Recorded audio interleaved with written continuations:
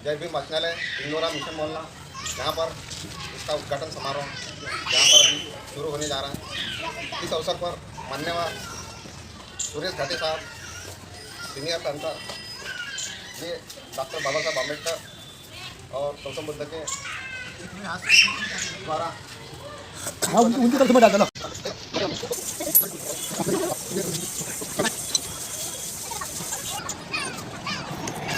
हमारे देश में गणतंत्र दिवस का 75वां महोत्सव मनाया जा रहा है। उसी के कड़ी में आज हम यहाँ जय भीम वाचनालय का उद्घाटन कर रहे हैं। हमारे मित्र, हमारे साथी सरोज मेश्राम साहब, इन्होंने अपने घर में ये वाचनालय का उद्घाटन रखे है। उन्होंने बहुत कड़ी मेहनत से अपने 2 पैसे कमा के वो 2 पैसे से इस लाइब्रेरी के लिए किताबें जमा की है। सबसे पहले मैं उनका अभिनंदन करता हूँ।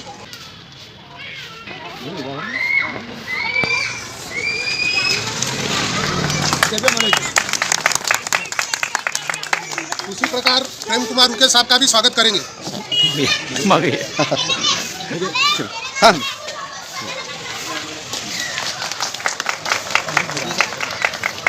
विजयकर साहब का भी स्वागत करेंगे, ऐसे अनुरोध करता हूँ। शिक्षक परिषद के विजयकर, सत्यशोधक शिक्षक परिषद के विजयकर साहब का स्वागत करेंगे, ऐसे अनुरोध करता हूँ। फोटो ले रहे हैं।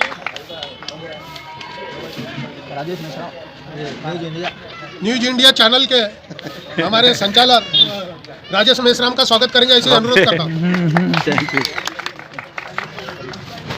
मैं आज यहाँ पर उपस्थित तमाम लोगों का शुक्रिया अदा करता हूँ और धन्यवाद देना चाहता हूँ कि अपना कीमती समय निकाल कर आज के इस मौके पर सुरेश घाटे हमारे पुराने पैंथर लीडर मास मूवमेंट से लेकर अभी तक जो सक्रिय जीवन जी रहे हैं, यहाँ उपस्थित हुए उनके स्वागत सत्कार में मैं उनको बहुत धन्यवाद देना चाहता हूँ कि उन्होंने प्रेरणा की है कि सरोज, आपके पास इतना साहित्य है, कई सालों से ऐसी जाएगा बेकार कि इसका उपयोग समाज के लोगों के लिए होगा।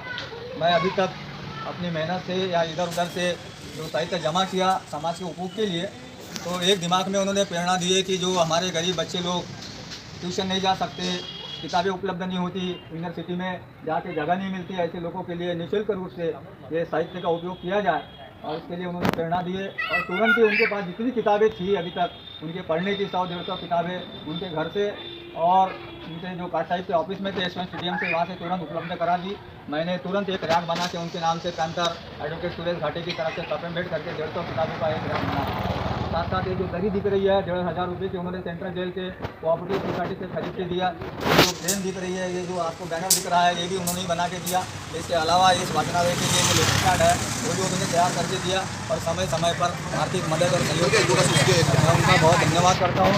जब से सामाजिक कार्यों में, राजनीतिक कार्यों में भाग ले रहे हैं तब से सक्रिय है। अभी भी उन्होंने 1.5 लाख रुपये की एक मैक्सी लिए कार्यक्रमों में जाने आने के लिए और वो सक्रिय रूप से अपना सहभाग करते हैं। एक मैक्सी उन्होंने 70% को दिया मैक्सी और एक मेगाफोन लेके दिया जब अम्बेडकर भवन का आमदनी का आंदोलन चल रहा था। इस प्रकार वो सहयोग मदद करते हैं। दूसरे हमारे सत्कार मूर्ति है प्रेम कुमार जी, उठे हमारे फलूस में रहते हैं और अच्छे नाटक वो सम्राट अशोक पे लिखे, हर्षवर्धन पे लिखे, रामायण नाटक उन्होंने अभी तैयार किया है जिसको महाराष्ट्र सरकार पूरे महाराष्ट्र में उसको दिखाए, जैसे अभी शिवाजी का दिखा रहे थे उसके लिए प्रयत्न कर रहे हैं। कविता संग्रह भी लिखते हैं, मैं उनका भी धन्यवाद करता हूँ कि इसी प्रकार वो करें। ये आयोजन इसलिए किया गया है कि आज आप सब लोग सचेत और जागरूक है कि महाराष्ट्र में खास करके नागपुर में जो इंदौरा है उसका एक इतिहास है और मुझे फक्र है कि इस इंदौरा ने बहुत बड़े बड़े नेता भी दिए हैं, कार्यकर्ता भी दिए हैं और समय पर जितने मतभेद आपस में हो, हर एक पार्टी में कोई न कोई हो, लेकिन वो सक्रिय रूप से जब भी चाहे भीमा कोरेगांव का आंदोलन हो, खैर लांजी का हो, रिडल्स का हो, नामांतर आंदोलन हो या झोपड़पट्टी के लोगों के नागरिक सुविधाओं का आंदोलन हो, ये जो भी समस्याएं समाज के सामने आती है तब सक्रिय रूप से वो जागरूक होकर, संगठित होकर आपस में मतभेद भुलाकर एक आंदोलन का रूप लेता है। इंदौरा में आपको मालूम होगा कि यहाँ पर लाल चौक भी है, यहाँ पर वामन भल्लेराव सरीखे चाइना माओ चेतुंग के साथ मिलने गए थे लेकिन उसका इतिहास नहीं है। यहाँ पर महादेव पाटिल हमारी जो बहू है उनके आजूबा वो पूरे इंडिया के जो डॉक्टर्स कामगार थे उनके बहुत बड़े जनरल सेक्रेटरी थे, यही अध्ययन कक्ष में वो यहाँ पर काम करते रहे, मरे। यहाँ पर देखे होंगे कि रामदास अब्दुल्ला रामदेके मुस्लिम लीग के अध्यक्ष हुए हैं, इतिहास में नाम नहीं है। हिंदू महासभा के अध्यक्ष हुए मुंजे के साथ में, इतिहास में नाम नहीं है। तो यहाँ पर 1929 में जो ये बस्ती बैठी है इंदौरा, जब एम्प्रेस मिल चालू हुआ, सिद्धार्थ गिरनी कामगार यूनियन जिसने सबसे पहला इंडिया में स्ट्राइक किया, इतिहास में उसकी नोंद नहीं है। इसलिए दोस्तों ये सारे इतिहास को सारे देश में खंगालते हुए मुझे जो कुछ भी साहित्य मिला तो मेरे पास संग्रहित है और बहुत दुर्मिल चीज़ें मेरे पास में है। इसका उपयोग जो गाँव खेड़े से हमारे गरीब बच्चे लोग आते हैं, इनको रहने के लिए जगह नहीं है, पढ़ने के लिए लाइट नहीं है, उनको साहित्य नहीं मिलता, तरसते हैं आगे बढ़ने के लिए। और आज की चीज़ यह है कि उत्तर नागपुर के सारे प्राथमिक स्कूल बंद कर दिए गए, उत्तर नागपुर के सारे अध्ययन कक्ष बंद कर दिए। क्यों? कि दलित समाज के लोग, मुस्लिम समाज के लोग, क्रिश्चियन समाज के लोग और भी अल्पसंख्यक जो गरीब लोग हैं, ये पढ़े लिखे नहीं, ये लोग बुद्धिजीवी नहीं बने, ये लोग हमसे लड़े नहीं, ऊंचे पदों पर नहीं जाए। इसके लिए बहुत बड़ी साजिश 1925 से आरएसएस और भाजपा कर रही है। इसके लिए अगर कोई इस देश में लड़ाई सही ढंग से लड़ सकता है तो वो अम्बेडकरवादी, सच्चा अम्बेडकरवादी, नकली अम्बेडकरवादी भी है, असली भी है। मुखोटा पहन के धंधेबाज लोग बहुत है, बहुत देखा मैंने। अभी 6 महीने से जब नौकरी छोड़ के आया तो पूरे महाराष्ट्र घूमा मैं विजय करके साथ में, छत्तीसगढ़ में गया। अपने मेहनत से हम लोग कमाई करके गरीबों के बच्चों के लिए जगाते हैं। तो हम नई जनरेशन, क्या आप प्राइवेट स्कूल में ये बजाज स्कूल में 50-50 हज़ार रुपये दे सकते हैं? जो यहाँ पर विद्या भवन चल रहा है, बनवा वाली पुलिस का लाखों रुपये डोनेशन दे सकते हैं? आरटीए में कितने लोगों को एडमिशन मिलता है? हमारे बच्चों को पढ़ने लिखने से आपको अवॉइड किया जा रहा है। बड़े बड़े पीएचडी एमए जो करते हैं वहाँ से अवॉइड किया जा रहा है। आज कितने इसको फी उन लोगों ने रखा है। आज हमारा कामगार वर्ग मेहनत करने वाला ये पढ़ सकता, आगे बढ़ सकता क्या? नहीं बढ़ सकता। बस तू मैक्सी चला, सेंटिंग और पेंटिंग कर बेटा, गर्दा पीते जा, गांजा की चिलम फूकते जा और इंडियन ऑयल लेते जा। बस यही कार्यक्रम पूरे देश में चल रहा है। इसलिए आज बहुत खतरनाक सबसे बड़ी चीज़ है कि जो भारतीय संविधान है और लोकशाही है, जो बाबा साहब ने बताया डेमोक्रेसी, उसको सबसे ज़्यादा खतरा है। आज दुनिया में 150 खासदार कहीं भी किसी आदमी ने बर्खास्त नहीं किया, हमारे देश में हो गया, कोई कुछ नहीं बोला। आज हमारे देश में उम्मीद थी कि कांग्रेस जीतेगी, तीनों राज्यों में सपा 60 हो गया, लेकिन नहीं जीत सकी। आज जो हालात है विरोधी पक्ष की भी, वो भी डावाडोल है। इसलिए सबसे ज़्यादा जिम्मेदारी अगर हमारे जनरेशन को बचाना है, मैं ये ख्वाब कभी कभी देखता हूँ, बहुत बेचैन होता हूँ कि ये जो बिल्डिंगें, कारें, मोटरें दिख रही है हमारे हाथों में, छल्ले गल्ले 50 साल के बाद रहने वाले हैं क्या? नहीं रहने वाले हैं। 100 साल के बाद में मशान घाट बनेगा। ये सिंधी लोग, पंजाबी यहाँ पर आके माल डालेंगे, बड़े बड़े सोने चांदी के और कपड़े के दुकानें डालेंगे। हमारे बच्चे लोग उनकी कार पोछेंगे, वॉशिंग करेंगे और पंचर जोड़ेंगे और उनके घर में चौकीदारी करेंगे। ये स्थिति आने वाली है, सोच लो, समझ लो। इसलिए मैं समझदार को इशारा काफ़ी होता है। मकबूल फरीद साबरी साहब बोलते हैं, समझ के समझे कुछ ना समझे ये भी एक समझ है। समझ के समझे कुछ ना समझे ये भी एक समझ है। समझ के समझे सब कुछ समझे फिर भी कुछ ना समझे, मेरी नज़र में वो ना समझ है। इसलिए दोस्तों, ना समझ बन के मत जियो। अगर जीना हो तो सर उठा के जियो इस तरह की ज़िंदगी औरों के काम आए। दामोदर शायर बोलता है, प्रहलाद शिंदे साहब बोलता है, जियो इस तरह की ज़िंदगी औरों के काम आए और शम्मा जलाओ रोशनी के अंधेरे में सबके काम आओ। यह सब झूठों की टोली, बीएम और करोड़ों का घापा ये सब चल रहा है। इसलिए दोस्तों, अम्बेडकरवादियों पे और यहाँ के सच्चे मार्क्सवादियों पे, समाजवादी पे बहुत बड़ी जिम्मेदारी है। अगर आप 1924 को चूक गए तो आप समझ लिए कि लिस्ट बनी हुई है, लिस्ट सबकी बनी हुई है। संजय भाई, विजयकर जी, कब किसको कहाँ दफना देंगे, चलते चलते और उड़ा देंगे, इसके कोई पता भी नहीं चलेगा। इसलिए मेरी नम्र विनंती है कि चाहे मतभेद कितने भी हो, चाहे हम कोई संगठन में काम करते रहे, कोई पार्टी में रहे, लेकिन आज 2024 में अगर आरएसएस और मोदी को आपने नहीं हराया तो आप समझ लीजिए कि आपके बच्चे जो है गुलाम से क्या, जो पहले वो गाड़गा और फड़ा आया था, उससे भी बदतर हालत होने वाली है, हो रही है। शायद आप लोग सचेत जो है वो सब जानते हैं। इसलिए सबकी जिम्मेदारी है कि जहाँ भी अपने घर में हो, मोहल्ले में हो, कि हमको बीजेपी और मोदी को हराना है। ये संकल्प लेके इस कार्यक्रम से जाएंगे। और ये जो हमने रिसर्च सेंटर खोले हैं, ये निःशुल्क है, हम किसी से कोई पैसा लेने वाले नहीं है। किसको नोट चाहिए, किसी को कुछ झलक चाहिए या रहने के लिए वो कुछ स्टडी करना चाहता है, उसको 24 घंटे उपलब्ध है। हमने समय रखे हैं सवेरे 10 बजे से 12 बजे तक, शाम को 4 बजे से 6 बजे तक। किताबें उपलब्ध नहीं होगी किसी को घर ले जाने के लिए, अखबारें जितने भी उसको पढ़ना है। आपको मालूम है कि मेरा कितना खर्चा होता है, 15-20 पेपर मैं डेली लेता हूँ। इंडिया टुडे से लेके, आउटलुक से लेके, तमाम जो मैगजीन निकलते हैं देश विदेश में, सारे हम लोग खरीदते हैं, पढ़ते हैं, डॉक्यूमेंटेशन करते हैं। इसका उपयोग समाज के आने वाले विद्यार्थियों को हो, आपके बच्चों को हो। मेरी अपील विनंती है आप लोगों से कि ये सब लोग को इसका उपयोग उठाएंगे और ये हम आप लोगों को समर्पित करते हैं समाज को, इसी भावना के साथ में। वो कत्ल करते हैं लेकिन चर्चा नहीं होती। इसलिए दोस्तों, बहुत ही कठिन समय आया है। अगर आप लोग सक्रिय नहीं होंगे, बिस्तर पे पड़े रहेंगे और खुराक घुटते रहेंगे और शाम को इंडियन ऑयल के इंतजाम में चलते रहेंगे तो काम भागने वाला नहीं है। आपका पानदान डूब गया, डोंगा डूब गया, समझ लीजिए। और लोकशाही देश में खत्म होते जा रही है, खत्म हो ही गई है। सिर्फ पुतला बिठाने से, सर्वोच्च न्यायालय में बाबा साहब जिंदाबाद बोलने से, मूर्ति बिठाने से नहीं होता। प्रकाश पाटनकर ने बहुत सुंदर शेर लिखा है, मैं मूर्तियों में नहीं किताबों में हूँ, हम गए थे 10 सितंबर को नागौर पाटनकर का जाते हर साल। मैं मूर्तियों में नहीं, मैं किताबों में हूँ। पूजा करने की ज़रूरत नहीं है, लड़ने की ज़रूरत है, संघर्ष करने की ज़रूरत है। संघर्ष ही सबसे बड़ी चीज़ है, मैदान में आने की बहुत ज़रूरत है। बीजेपी और हम रात दिन वो पूरे महाराष्ट्र में जो 65,000 स्कूलें बंद हो रही है, विदर्भ की 15,000 स्कूलें बंद हो रही है।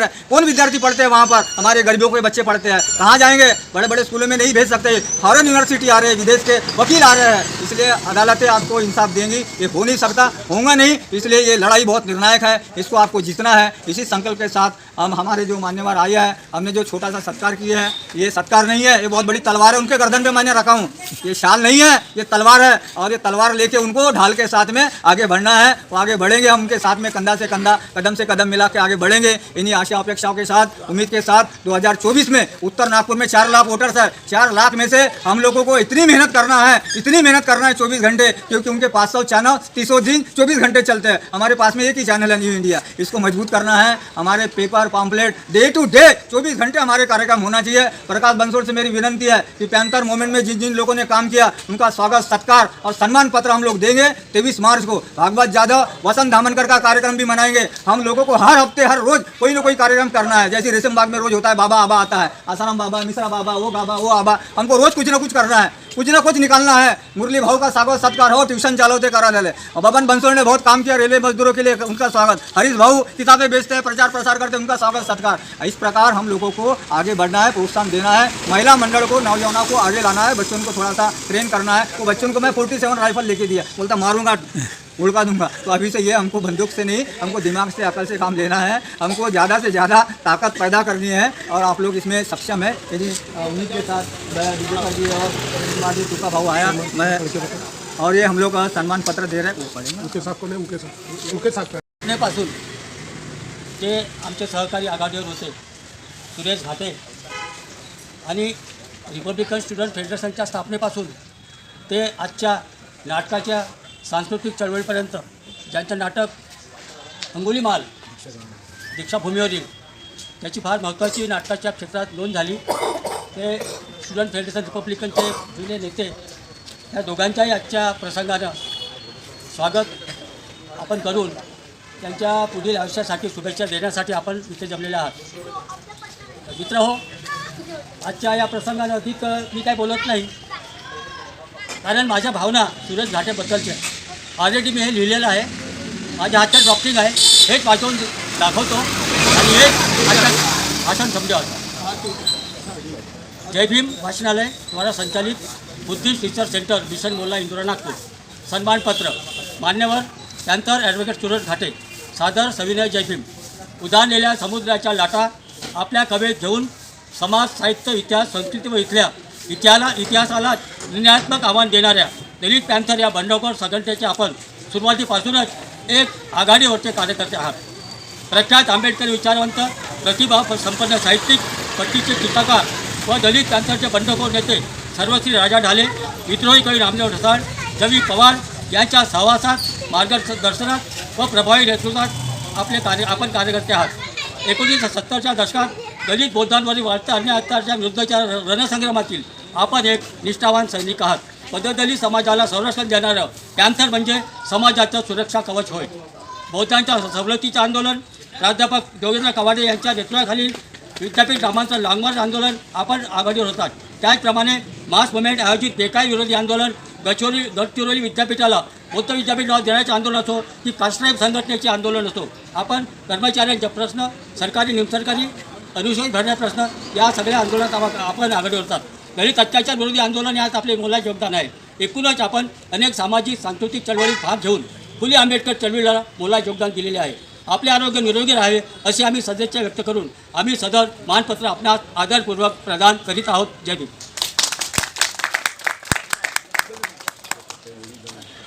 बुद्धिस्ट रिसर्च सेंटर, मिशन मोहल्ला, इंदोरा, नागपूर। सम्मानपत्र मान्यवर प्रेमकुमार उके गुरु, सादर सविनय जय भीम। कुठी तलावावर लोक जन्माला येतात, बालपण, तरुणपण कुटुंबात आणि समाजात वावरत असतात। प्रत्येक अप्रत्यक्ष सामाजिक, राजकीय, धार्मिक कार्य त्यांच्या हाताने घडत असतात। त्यांच्यापैकी आमच्या संपर्कात असलेले एक व्यक्ती, ज्यांना मग जळूनच आलेले, त्यांच्याबद्दल आम्ही जेव्हा ऐकले तेव्हा अष्टपैलू व्यक्तिमत्व आले असे आम्हाला वाटते। त्यांच्या वाक्यप्रमाणे एक भाग असा आहे की ते प्रसिद्ध पासून फार दूर आहे. एक चांगले कवी आहेत. समाज हे कविसंग्रह प्रसिद्ध झालेले आहे. त्या कवितेचा काही ओळी सादर करीत आहोत. त्यांनी गद्दार मित्रबद्दल लिहिले. ते पाठीवर वाळ केला, विझला आता मशाली, गद्दार मित्राचा ओळखीचा हालचाली. स्वतःचा गावाबद्दल म्हणतात, जखमेवर मीठ चोळले तरी मी लढणार नाही. जखमेवर मीठ चोळले तरी मी लढणार नाही. नदीचे पूत ओसरले चोराचा गाव देणार नाही. गाव न देता गावासाठी लढले त्या मित्राचा बद्दल त्यांनी असं म्हटलं. उद्ध्वस्त झालो की हस्ती मित्र सारे, उद्ध्वस्त झालो की हस्ती मित्र सारे, माझे शस्त्र घेऊन मला घेऊन आले. गरिबीबद्दल कडले नाही रे मजला, गरिबाचे पोळे दगड फोडताना आले हातात पोळे. तरी पुढे गरीबाई म्हणत, तरी पुढे गरीबाई म्हणत, बाळा तुला घडविते मी उपाशी, राहून तुला घास भरले. नाट्यक्षेत्रामध्ये त्यांच्या कमालीची उडाण होती. त्यामध्ये अहिंसक अंगुलीमाल, आईसाहेब, रमाई, जनकल्याणी आम्रपाली आणि विशेष म्हणजे सम्राट अशोकबद्दल अनेकांनी नाट्य लिहिले आहे. पण प्रेमकुमार उके यांचे सम्राट धम्माचारी हर्षवर्धन हे महानाट्य कादंबरी महाराष्ट्रात कोणी लिहिला असेल असे आम्हाला वाटते. जीवनातील एका पैलू असा विशेष म्हणजे सुधा मेरर मज्ज प्रमाद ठाणा वेळमणी सक्का पदम समाधी ही प्रतिज्ञा बाबासाहेबकडून प्राप्त होऊन ते चुकून कुशलंगीमुळे व्यासनाधीन झाले. त्या निरपराध बद्धशस्त्र जीवनात व्यसनमुक्त करण्यासाठी अलोक एनालिस्ट संस्थेचे उत्तर नागपूर त्यांनी स्थापना केली. सध्या ती संस्था कार्यरत. प्रेमकुमार उके यांच्या व्यक्तिमत्वाला कामगार वर्ग, कर्मचारी वर्ग, संघटनेचे नेतृत्व, गुण, कौशल्य देखील आपल्याला दिसते. आम्ही आजही वयाच्या 80व्या वर्षी तथागताच्या मूर्तीसमोर बसून ते लिहित असतात. AG ऑफिसमध्ये वरिष्ठ लेखा परीक्षक म्हणून सेवानिवृत्त झाले. नोकरीवर असताना अनुसूचित जाती आणि जनजातीचे प्रश्न सोडविले. 34 वर्ष सेवा दिली. त्यांची अनेक नाट्य कलावंत घडविले. आज सिने सृष्टीमध्ये आहेत. लोकशाही कशी म्हणावी इथेने म्हणतात लोक, माझ्या विचाराचा मीच गुलाम आहे. क्रांतीच्या पावलांना माझा सलाम. आपले आरोग्य निरोगी राहावे अशी आम्हाला सदिच्छा व्यक्त करून आम्ही सादर मानपत्र आपणास आदरपूर्ण प्रदान करीत आहोत. आज दिनांक शुक्रवार 26/1/2024 रोजी. जय भीम.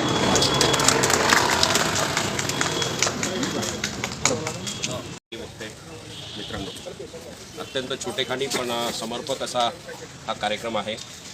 आजच्या काळाची जी गरज आहे ती गरज लक्षात घेऊन या कार्यक्रमाचं जरी स्वरूप छोटं असलं तरी याचं महत्त्व हे फार मोठं आहे असं मला वाटतं.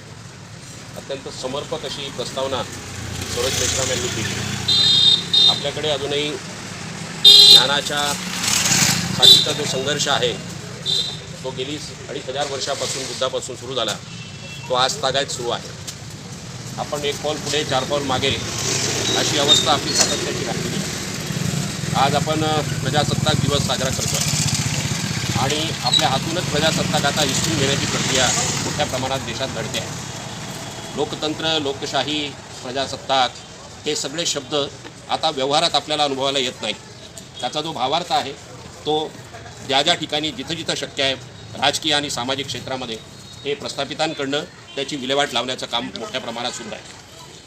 हा एका बाजूला आपल्यासाठी जसं आव्हान आहे तसंच आत्मचिंतनाचाही हा विषय आहे असं मला वाटते.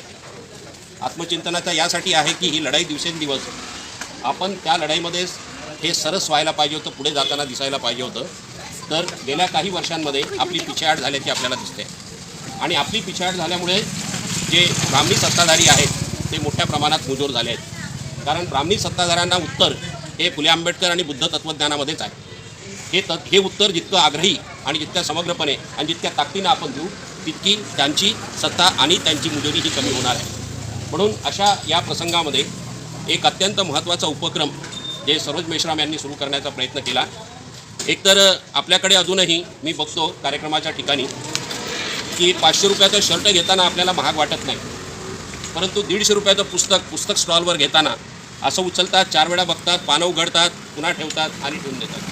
त्याची पहिल्यांदा त्या पुस्तकाचा कंटेंट काय आहे हे बघण्यापेक्षा त्याची किंमत काय आहे हे पहिल्यांदा बघितलं जातं. याचा अर्थ स्पष्ट आहे की अजूनही आपला समाज म्हणजे मी केवळ महार असं माझ्या नजरेपुढे नाही, तर जो शोषित समाज आहे, मग तो दलित असेल, आदिवासी असेल, ओबीसी असेल, भटकेविमुक्त जाती असतील, स्त्रिया असतील, त्या ज्या शोषित जाती आहेत यांचं अजूनही ज्ञानाकडे पाहिजे त्या प्रमाणात कल दिसत नाही. त्यांचं ज्ञान हे रोजच्या व्यवहाराचं जगण्याचं ज्ञान मात्र ते सोडत नाही. या रोजच्या जगण्याच्या व्यवहाराच्या ज्ञानामध्ये जेवढं मिळवता येईल त्या दृष्टीने त्यांचे सतत प्रयत्नशील असतात. परंतु समाज परिवर्तनाचं आपल्या रोजच्या जगण्याचा संबंध ज्या राजकारणाशी आहे, आजच्या रोजच्या जगण्याचा संबंध ज्या समाजकारणाशी आहे, आमच्या जगण्याचा संबंध ज्या ज्ञानाशी आहे, त्याच्याकडे मात्र अजूनही आपला पाहिजे तेवढा कल गेलेला नाही. अशा स्थितीमध्ये या आधुनिक तंत्रज्ञानाने पुन्हा आपल्यावरची आव्हानं उभी केलेली आहेत. आता तर आधुनिक तंत्रज्ञानाने ज्ञानाची व्याख्याच बदलून टाकली. माहिती म्हणजे ज्ञान हेच आपल्याला सांगितलं जाते आणि त्या दृष्टीने या आधुनिक तंत्रज्ञान म्हणजे 20 मिनिटाचा व्हिडिओ एखादा खूप मोठा होते म्हणते 10 मिनिटाचा करा, 2 मिनिटाचा करा, 3 मिनिटाचा करा. ही स्थिती आपली जी झालेली आहे हे स्पष्ट दर्शवते आपण अधोगतीला चाललेलो आहोत. ज्ञानाच्यासाठी आवश्यक असणारा वेळ आणि आपली मनाची एकाग्रता ज्या समाजाने गमावली आहे त्या समाजाने मुक्तीचे स्वप्न बघू नये असं माझं स्पष्ट मत आहे. जर आपल्याला मुक्तीकडे जायचं असेल तर पहिली गोष्ट ही ज्ञानाची लढाई आहे आणि त्यासाठी ज्ञानार्जन करायसाठी 24 तास आपली सदैव तयारी असली पाहिजे. ही जी ज्ञानाची लढाई जशी व्यक्तिगत पातळीवर आहे, जशी व्यक्तिगत आत्मसात करण्याची बाब आहे, तशीच ती सामाजिक आणि राजकीय आहे.